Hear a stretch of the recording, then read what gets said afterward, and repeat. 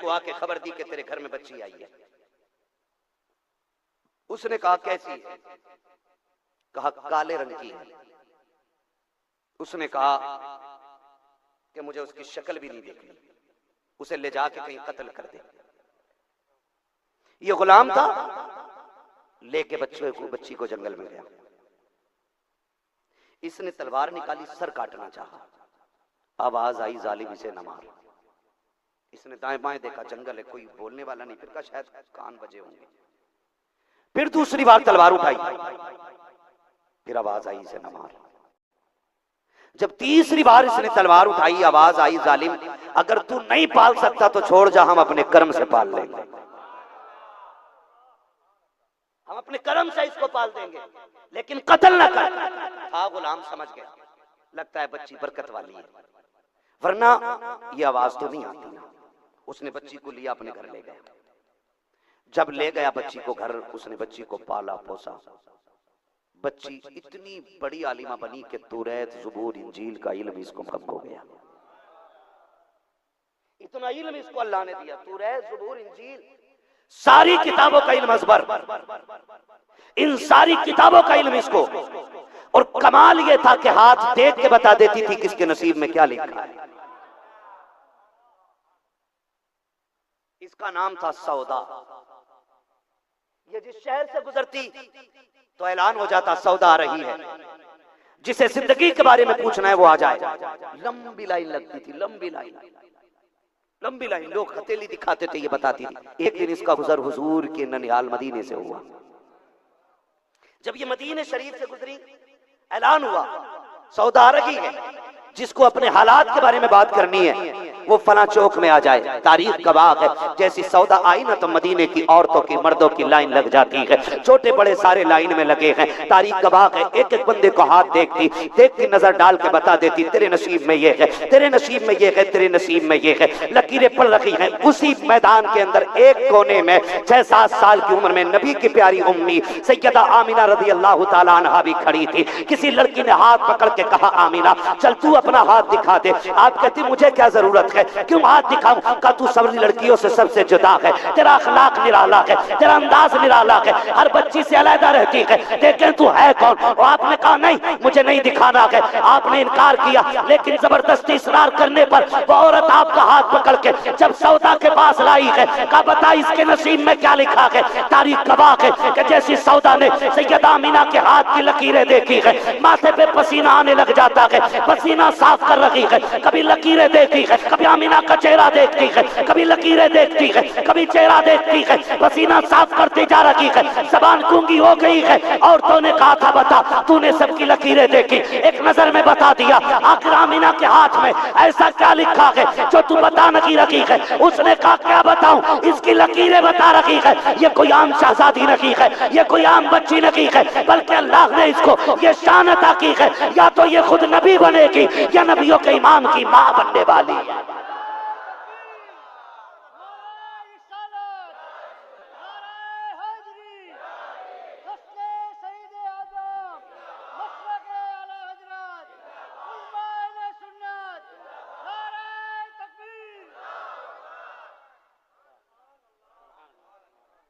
उसने कहा था या तो ये खुद नबी बनेगी या नबियों के इमाम की मां बनेगी।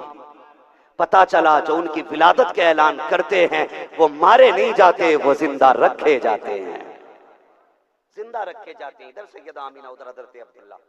बात बढ़ जाएगी, लेकिन बात बताऊंगा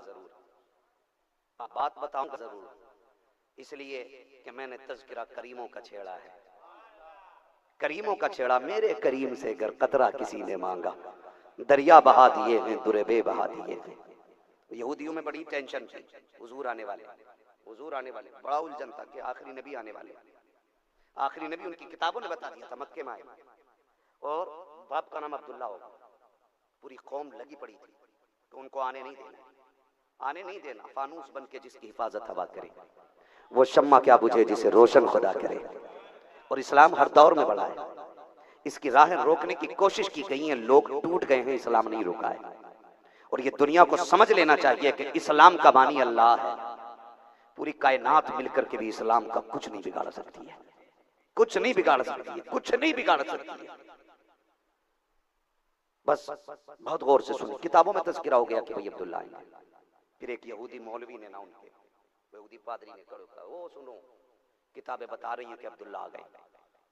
कहा कैसे? कहा एक सितारा मैं आसमान पे देखता था, अब वो छुप गया है। वो बताया गया जब वो छुप जाएगा तो आखिरी पैगंबर के वालिद आ जाएंगे। कहा ये किताबों ने बताया कि वो आ गए। कहा कहाँ है? कहा मक्के में। तो किसी ने कहा अब्दुल्ला आ गए हैं तो फिर मोहम्मद रसूलुल्लाह भी आएंगे। उन्होंने कहा नहीं, हम उन्हें आने ही नहीं देंगे। कहा रोकोगे कैसे? कहा अब्दुल्ला ही को खत्म कर दो। कहा करना क्या है? कहा कि एक जो टॉप क्लास का शूटर हो, टॉप क्लास का जो किलर हो, जो एक नंबर का बहादुर भी हो और कत्ल करने में माहिर हो, जिसकी सुपारी ले ली हो और उसने उसका कभी छोड़ा ही ना हो, ऐसा बंदा तलाश करो। उन्होंने अपनी कौम में से एक बंदा चुना और उससे कहा कि एक बच्चे का सर लेके आना है। का इनाम? कहा तेरी तादम अजीज, तेरी नस्लों के खर्चे उठाए जाएंगे। उस वक्त तो खाना ही मुश्किल था ना। आज कसरत है ना, रिस्क की तो कदर नहीं है। आज कसरत है तो कदर नहीं है। पहले हुजूर के सहाबा खजूरें खा खा के वक्त गुजारते थे। कहा कि इनाम देंगे, ऊंट देंगे, खजूरों के बाग दिए जाएंगे तुझे, बड़ी बड़ी दौलत हो का वादा किया। उसने कहा बच्चा किधर मिलेगा? कहा 2 खजूरों के बीच की वादी है, मक्का कहा जाता है, वहां मिलेगा जाकर। और वहां एक घर भी है जिसे काबा कहा जाता है। चाहिए? और उस बच्चे का सर लेके आइए। अब ये बड़ी तेजी में आया और ये मक्का शरीफ आ गया। तवज्जो है सारे लोगों? आप तबर्रुक भी लेते रहिएगा और बात भी सुनते रहिएगा, है ना? कहीं ऐसा ना हो उसे खाने के चक्कर में बात भी खा जाए। जरा कहते या रसूल अल्लाह। जी सलामत नहीं कर, पीछे वाले कंजूसी ना किया करें ना, मैं इनको बहुत अच्छी दुआ देके जाऊँ। हाँ ठीक है, तवज्जो है ना? बड़ी तेजी से सफर करके मक्का शरीफ आया। अब मक्का शरीफ इसको वो जगह चाहिए थी कि जहां बच्चों का पता मिले, तो सबसे मशहूर जगह मक्का शरीफ में हरम शरीफ थी। और हरम शरीफ की जिम्मेदारी मेरे नबी के दादा की थी, हजरत अब्दुल मुत्तलिब काबे के मुतवल्ली। और मुतवल्ली खाली चाबी के लिए नहीं, मुतवल्ली इस माना कर भी थे कि जितने भी काबे में मेहमान आते थे सबके खाने पीने का इंतजाम मेरे नबी के दादा की चौखट पे रहता था। फर्क है ना? आज ये बात खत्म हो गई। वो दौर और था कि लोग कहते थे मेहमान आएगा तब खाएंगे, आज लोग कहते हैं मेहमान चला जाएगा तब खाएंगे। हाँ, दस्तरखान बिछाओ, मेहमान आ जाए, आओ बेटी उठाओ जरा, फूफा आ गए, चलो इनको जाने दो, फिर खाना लो, बिस्मिल्लाह, समेट देते लोग। का मामू आ गए बेटी, का उठाओ बाद में खाई जाएगी, पहले मामू से निपटा जाएगा। ये हमारे दस्तरखान की कहानी। दौर वो था कि जब मेहमान नहीं आता था तो लोग खाना नहीं खाते थे। लोग दरवाजों पे खड़े होकर के चलने वालों से कहते थे ठहर यार, एक वक्त मेरे साथ खाना खा जा। कहा क्यों? कहा तू खाएगा ना तो फिर मेरा भी पेट भर जाएगा। लोग आज बरकतों के लिए रो रहे हैं, तावीज दे दो, डोरी दे दो। मैं कहता हूं अपने दस्तरखान में गरीबों का हिस्सा रखा करो, परदेसियों का रखा करो, अल्लाह इतना देगा संभाला नहीं जाएगा। और खिलाते टाइम ना फिर आप बंदों का ईमान न ढूंढा करो। हजरत इब्राहिम खलीलुल्लाह, पूरी जिंदगी का दस्तूर आपका यह था कि आपने मेहमान के बगैर कभी खाना नहीं खाया, खाते ही नहीं थे कभी। एक दिन 3 दिन हो गए कोई मेहमान नहीं आया, परेशान हो गए, दरवाजे पे आके खड़े हो गए। एक बंदा गुजर के जा रहा, कहने लगे यार मेरा खाना खा लेना। तो उस वक्त तो खाना बहुत बड़ी नेमत होती थी। आज के सोने से ज्यादा अहमियत जो है ना, सोने चांदी से ज्यादा अहमियत उस वक्त के एक लुकमे की होती थी, क्योंकि उस वक्त सोना था लेकिन खाना नहीं था, रिस्क नहीं होता था। गेहूं चावल जो आज कसरत से हो रहे हैं ना, कितने तरीके के हमने खाने बना लिए। एक मौलाना साहब को तकरीर में कहते सुना कि मुर्गे की उम्र इतनी नहीं होती जितनी क्वालिटी के मुर्गे का खाना बना दिया जाता है। हम तो इतने बड़े मतलब मास्टर हो गए कि हम खाने इतने डिजाइन के बनाने लगे। पहले रिस्क नहीं होता था, रिस्क नहीं होता था, आज कसरत है। पहले लोग रोटी पे जिंदगी काट देते थे, दरवाजों पे पूरी जिंदगी काट देती थी, एक वक्त की रोटी रोज देते रहे, ऐसे जिंदगी कट जाती थी। उस दौर में लोगों के अखलाक ऐसे थे। अल्लाह के खलील खड़े, खा लेना यार खाना। कहा क्यों नहीं, चलो दस्तरखान पे बैठ गए। जैसे लुकमा तोड़ा, कहने लगे सुन खाना बाद में खा, पहले मेरे रब का नाम ले। मेरे रब का नाम पहले ले। उसने कौन तुम्हारा रब? का अल्लाह का नाम है। मेरे रब के नाम से शुरू कर। उसने कहा जब मैं तुम्हारे रब को मानता ही नहीं तो मैं तुम्हारे रब का नाम क्यों लूं? फरमाने लगे अगर नहीं लेगा तो फिर उठ दस्तरखान से। उसने कहा ठीक है, मुझे खाना ही नहीं खाना। ये कह के जैसे वो बंदा गया, जिब्रील आ गया। कहा खलील क्यों भगा दिया बंदे को दस्तरखान से? कहा वो मेरे दोस्त का नाम नहीं ले रहा था, उसने मेरे रब का नाम लेने से इनकार किया, इसलिए जो मेरे रब का नाम न लेना मैं उसे खाना खाने की इजाजत क्यों दूं? तो रब ने फरमाया खलील हम इसे 70 साल से इसकी नाफरमानियों के बावजूद खिला रहे हैं और तू एक बार नाम न लेने की वजह से इतना नाराज हो गया। फरमाया जा तू खाना बाद में खा, जिसे भगाया बुला के ला। अल्लाह का खलील पीछे पीछे दौड़ रहा है, यार चल खाना खा ले। नाराज हो गया, माफी दे दे, लौट चल। उसने कहा नहीं खाना है, मुझे तेरे रब का नाम नहीं लेना है। कहते मत ले, आके खा तो ले, आ बैठ जा दस्तरखान पे। आ गया दस्तरखान पे, कहने लगा नाम नहीं लूंगा। कहा हाँ मत ले मगर खाना खा ले। उसने कहा खलील अभी तो खिलाने के लिए नाम की वजह से भगा दिया था, अब क्यों खिला रहे हो? उसी रब ने तुझे बुलाया है जिसका तूने नाम लेने से इनकार कर दिया। उसने लुकमा रख दिया। कहा खलील अगर वो इतना करीम है तो पहले उसका नाम सिखा, बाद में खाना खाया। ये आदतें डाली आप खिलाने की आदत डाली, अल्लाह बरकतें देगा। बताऊं अमीर कैसे बनते हैं? कितने लोग अमीर होना चाहते हैं तो बोल सकते हैं ना? गरीब होना बता दूं? अच्छा अमीर होना चाहते हैं कि गरीब? अमीर होना चाहते हैं, अल्लाह इतना अमीर सबको बना दे कि सारे हुजूर का मदीना देख लें। और मैं तो नौजवानों से कहता हूं दौलत बुरी चीज नहीं है। दौलत तब बुरी होती है जब कारून वाली हो। जब बंदा दौलत पे सांप बन के बैठे तो वही दौलत उसके अजाब का सबब बनेगी, लेकिन जब दौलत उस्माने गनी वाली हो ना तो फिर जन्नत में ले जाने वाली होती है। मैं नौजवानों से कहता हूं कमाइए, जायज कमाइए और बहुत कमाइए। इतना कमाइए कि आप किसी पे बोझ ना बने बल्कि आप दूसरों का बोझ उठाने लग जाएं। इतना कमाया करो कि दूसरों का बोझ उठाने लग जाओ।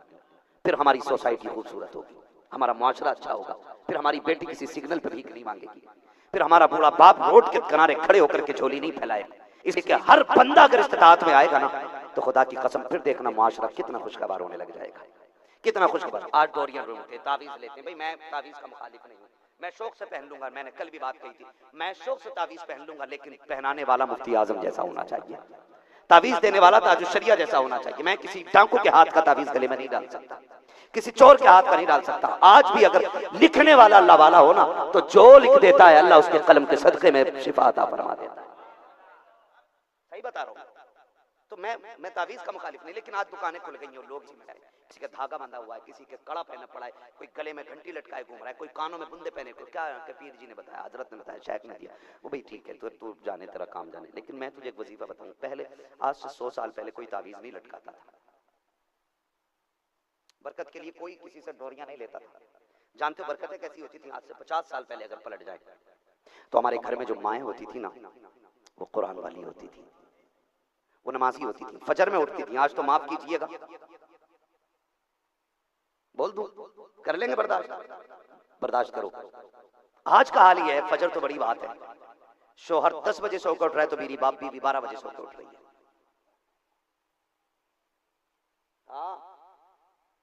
उठ भी गए तो करवट बदलने में पड़े, फजर पता ही नहीं कब हो गई, मालूम ही नहीं है कितनी देर ये वक्त गुजरा है। हुजूर ने फरमाया था या अल्लाह मेरी उम्मत के सुबह के वक्त में बरकत अता फरमा। आज भी मेरी गारंटी, अगर उम्मती सुबह के वक्त से बिजनेस का आगाज करे ना तो जब दुनिया सो के उठती है अल्लाह हुजूर की उम्मत के रिस्क का उससे पहले पहले इंतजाम फरमा देगा। लेकिन गलती हमारी है ना, अब तो वो ईसाइयों वाला तरीका हमारे यहाँ आ गया है ना, 10 बजे दुकान खोलेंगे, 10 बजे खोलेंगे। क्यों? क्योंकि उनके नबी 10 बजे तशरीफ लाए, तो वो उस वक्त उठ जाते हैं जब उनके नबी आए। हमें तब उठ जाना चाहिए जब हमारा नबी जलवागर हुआ है। हमें 10 बजे नहीं, हमें फजर में उठ जाना चाहिए। तो पहले क्यों तावीज के बगैर बरकत होती थी? बता दूंगा, सुन रहे मेरी बात? मैं तकरीर खत्म करना भी जानता हूं अगर मुझे शुरू करनी आती है तो। हाँ बोले जरा या रसूल अल्लाह। ये पसीना देख रहे हैं ना, ये यहाँ से यहाँ तक बहता है, रोज कपड़े भीगते पसीने में।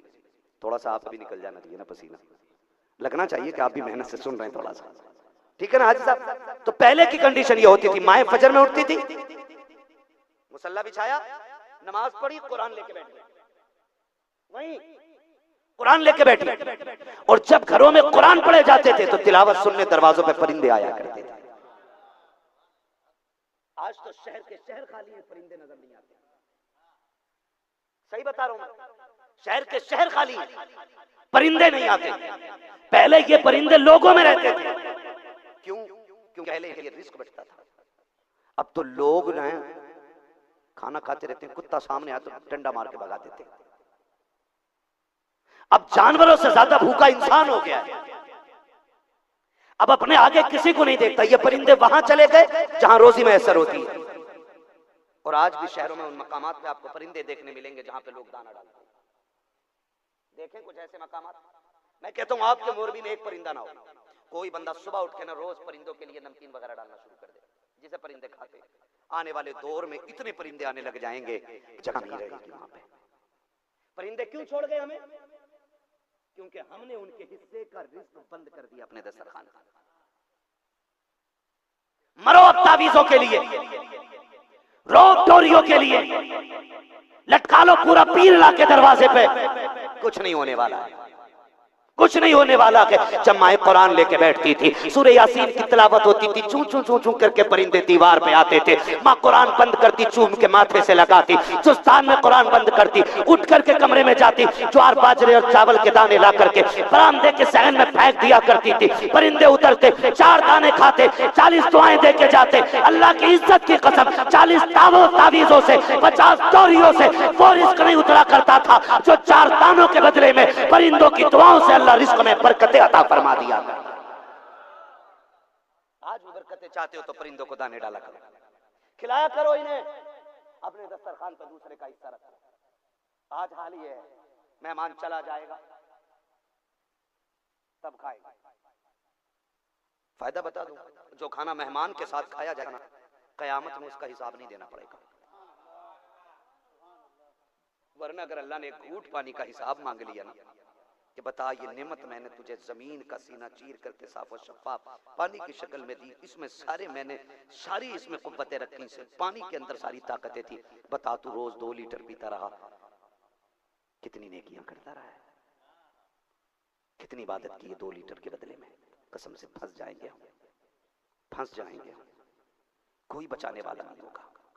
हुजूर की उम्मत में है इसलिए सलामत है, वरना बचते नहीं।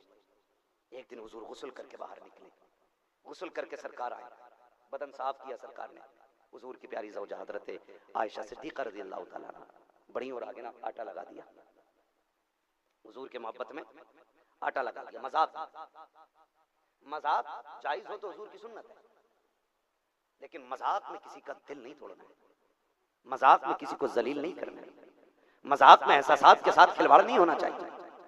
बीवी का रिश्ता हुजूर के साथ भी देखें आपने ना आटा लगा दिया, हुजूर मुस्कुराए, गुस्सा नहीं किया, ये नहीं मैं नहा के आया अभी तुमने आटा लगा दिया, कोई मसला नहीं, मुस्कुराए कुछ नहीं। जब हुजूर ने कपड़े पहन लिए, ज़ेबतन लिबास फरमाया, तैयार हो गए, बाहर जाना था हुजूर को, तो उम्मुल मोमिनीन हज़रत आयशा यूं हाथ लगा के खड़ी हो गई। बच्चे रोक लेते हैं ना कभी कभी, हम लोग निकलने लगते हैं, हमारे बच्चे आ जाते हैं, नहीं इधर हटो तो इधर हट जाते हैं, इधर हटो तो इधर हट जाते हैं, क्या बात है? कहा नहीं पहले 10 रुपए दो फिर जाना। होता है कि नहीं? पहले चॉकलेट चाहिए, पहले टॉफी चाहिए, पहले ये चाहिए, ये बच्चों के रवैये होते हैं। हमारे बच्चे हमारे साथ करते। उम्मुल मोमिनीन आयशा सिद्दीक़ा ने यूं हाथ लगाए, आका फरमाते आयशा जाने दो जल्दी है। कहा हुजूर नहीं पहले मेरा एक काम करें। आका फरमाते बताओ ना जल्दी क्या काम है?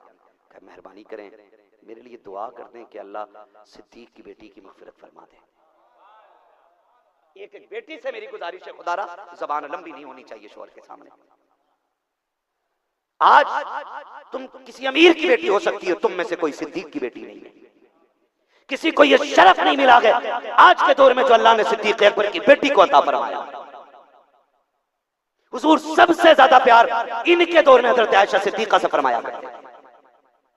वो क्या कह रही हैं? आका दुआ कर देना मेरी मग़फ़िरत के लिए। आज तो 7 पुश्तों ऊपर कोई वली पैदा हुआ ना तो 7 पुश्तों तक जन्नत के ठेकेदार बने घूमते लोग। लेकिन अल्लाह का कानून बड़ा निराला है, पिदरन सुल्तान भूत का मसला नहीं।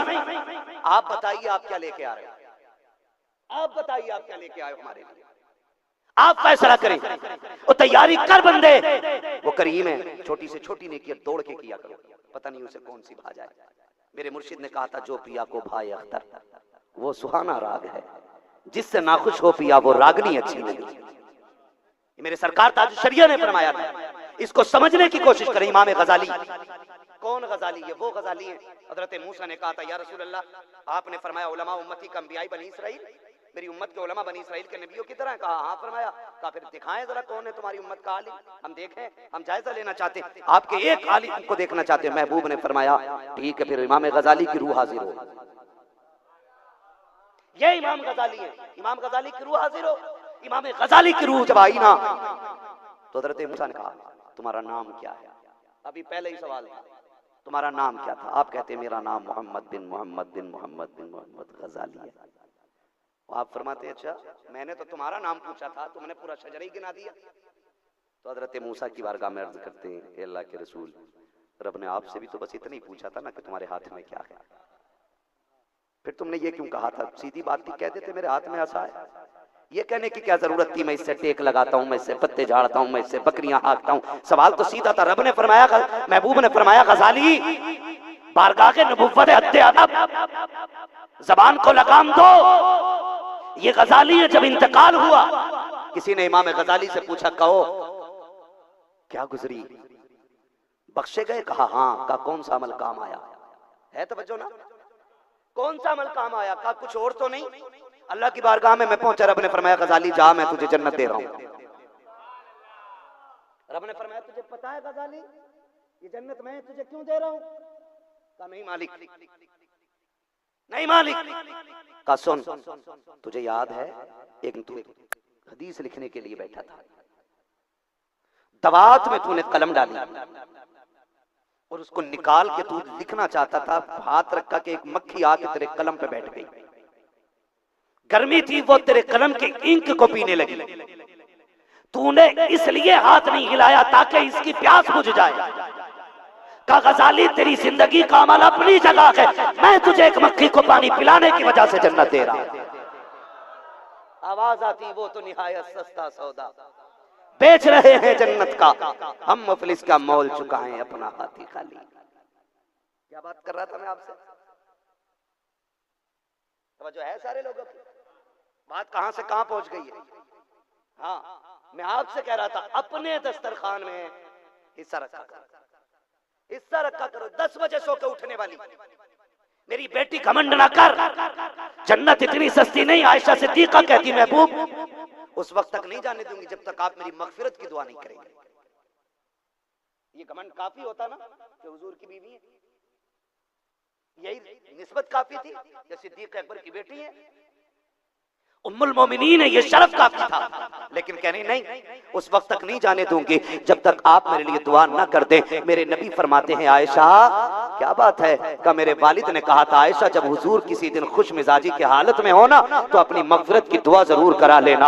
अल्लाह अकबर। जैसी इतना सुना है, इतना सुना है उम्मुल मोमिनीन आयशा सिद्दीका के मुंह से आका करीम की झोली फैल जाती है। नबुव्वत वाले हाथ उठे हैं, कहते या अल्लाह मेरी आयशा की मगफिरत फरमा दे, मेरे आयशा की मगफिरत फरमा दे। इतना सुनना था जमीन पे ऐसे लेट जाती है जैसे बच्चे मचला करते हैं, करवटें बदल लगी है। आका ने हाथ पकड़ा, आयशा सब खैरियत तो है? इतनी खुश क्यों हो? कहती मैं मुकद्दर की धनी हूँ। आका आज आपने मेरे लिए बख्शिश की दुआ की है। आका कहते आयशा ये दुआ जो आज मैंने तेरे लिए की है, यही दुआ सुबह शाम अपनी गुनाहगार उम्मत के लिए किया करता हूँ, हर उम्मती के लिए किया करता हूँ। खुदा की कसम ओ लोगों, जब नेमतें खाया करो तो दुरूद उन पे बढ़ा करो, सांसें लिया करो तो सलाम उनको किया करो। इसलिए कि बरेली के इमाम ने कहा है ज़मीनो समा तुम्हारे लिए, मकीन मक्का तुम्हारे लिए, चुनीनो चुना तुम्हारे लिए, बने तो जहां तुम्हारे लिए, तगन में ज़बा तुम्हारे लिए, बदन में गजा तुम्हारे लिए, हम आए यहाँ तुम्हारे लिए, उठे भी वहां तुम्हारे लिए।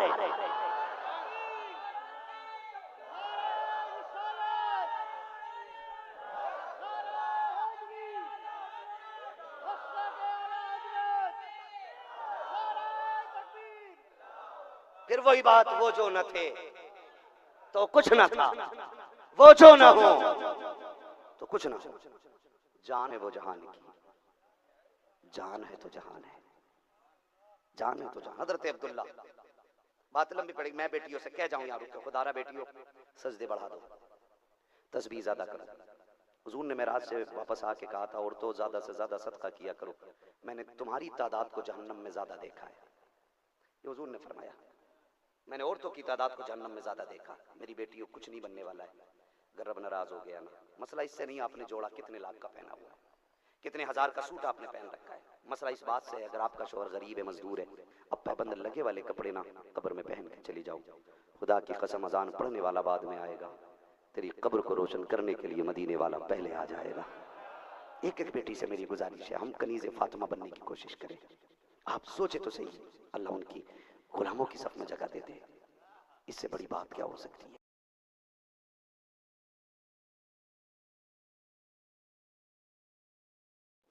यहूदियों में बातें होने लगी, कहा जाओ, वो आ गया पैसे इनाम के लालच में हज़रत अब्दुल्ला का सर कलम करने के लिए।